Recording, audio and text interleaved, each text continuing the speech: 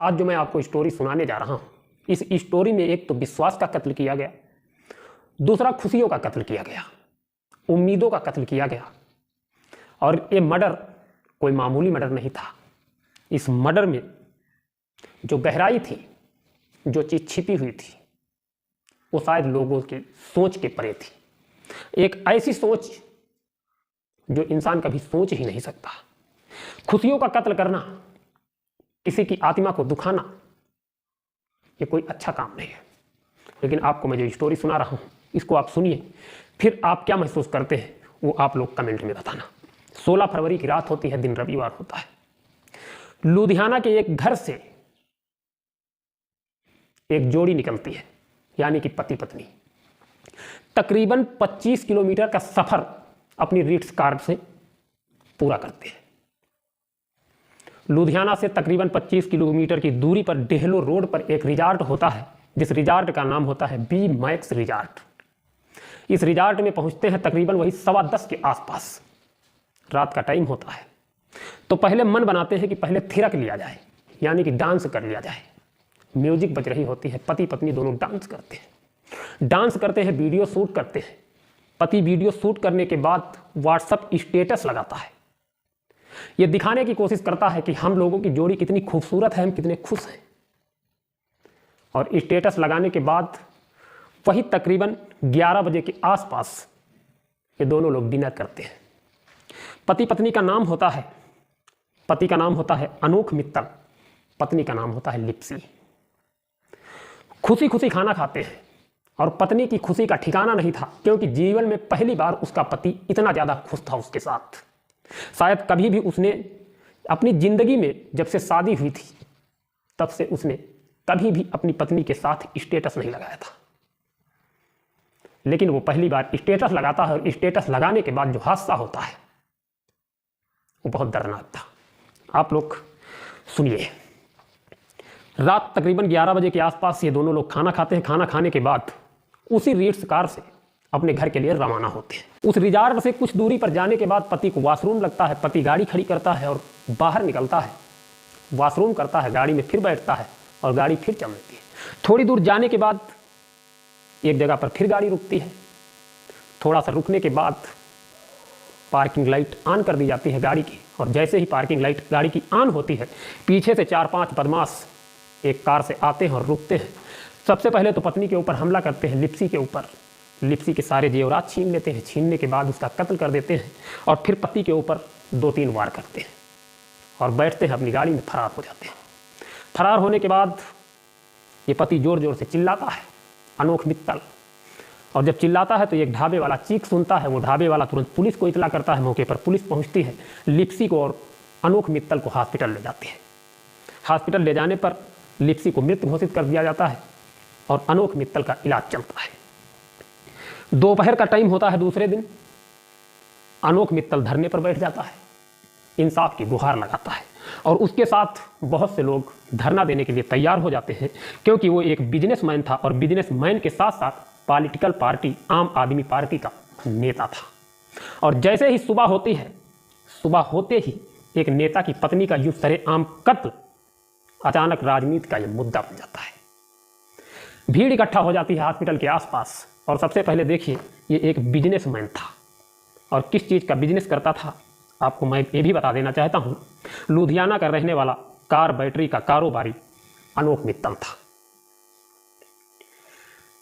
अब पुलिस काफ़ी बेहद परेशान होती है, क्योंकि धरना प्रदर्शन इतना गंभीर होता है कि भीड़ को संभालना मुश्किल हो जाता है उस हॉस्पिटल के सामने।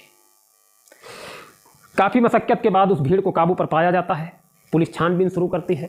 हर तरीके से पुलिस अनोख मित्तल से पूछताछ करती है, और अनोख मित्तल यही जवाब देता है कि हमने जैसे ही गाड़ी डाउन की, पार्किंग लाइट ऑन की, 4-5 लुटेरे आ गए, हमारी पत्नी कत्ल करके फरार हो गए, हमारी तो दुनिया लुट गई।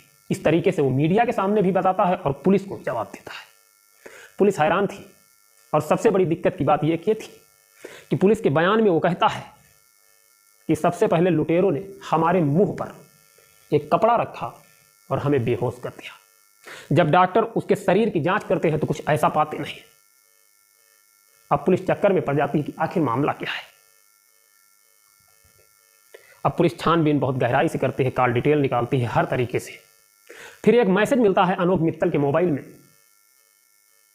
ये मैसेज किया गया था किसी लड़की को। उस मैसेज में ये होता है, सिर्फ एक शब्द लिखा होता है डन। उस डन शब्द के अलावा और कुछ नहीं था। और ये मैसेज तभी का था, कत्ल होने के बाद का। पुलिस का शक अनोख मित्तल के ऊपर गहरा जाता है। अब अनोख मित्तल से पुलिस सवाल करे तो किस तरीके से करे, क्योंकि जनता का विश्वास अनोख मित्तल के साथ था, जनता की हमदर्दी अनोख मित्तल के साथ थी। अब पुलिस करती भी तो क्या करती, पुलिस सीधे उठा भी नहीं सकती थी धरना से। पुलिस के पास कोई उपाय नहीं था अनोख मित्तल से सवाल पूछने का, क्योंकि भीड़ इतनी थी। पुलिस अगर जबरदस्ती उठाती तो शायद भीड़ पुलिस के ऊपर हावी हो जाती, पुलिस सोच में पड़ जाती। अब पुलिस उन लुटेरों की तलाश करने शुरू करती है कि आखिर वो लुटेरे कौन थे। काफ़ी मशक्कत के बाद एक लुटेरा पकड़ा जाता। अब सारी की सारी थ्योरी पुलिस के सामने थी। पुलिस अब सब तरीके से जान चुकी थी कि इस कत्ल के पीछे सिर्फ और सिर्फ अनोख मित्तल का हाथ है। अब पुलिस एक बहाना बनाती है कि अनोख मित्तल के शरीर का चेकअप करवाना है, कहीं ऐसा ना हो किसी प्रकार की और दिक्कत आ जाए उसके शरीर में। डॉक्टर को पुलिस साथ में लेती है और उसी भीड़ के पास पहुंच जाती है। जब इस तरीके से डॉक्टर साहब कहते हैं कि अनोख मित्तल का चेकअप करना है कि कहीं कोई दिक्कत ना आ जाए, भीड़ को पता नहीं चलता है। अनोख मित्तल को बाहर निकाला जाता है और सीधा पुलिस थाने लेकर के पहुंच जाती है। अब अनोख मित्तल से सवाल पूछे जाते हैं बाकायदा सबूतों के साथ, और जैसे ही सवाल पूछे जाते हैं अनोख मित्तल टूट जाता है और सारी की सारी सच्चाई वो कबूल करता है और बताता है कि हमने अपनी पत्नी का कत्ल करवाया है। वो कहता है कि हमने अपनी पत्नी का कत्ल करवाया है। जब वो कहानी सुनाता है तो पुलिस हैरान रह जाती है।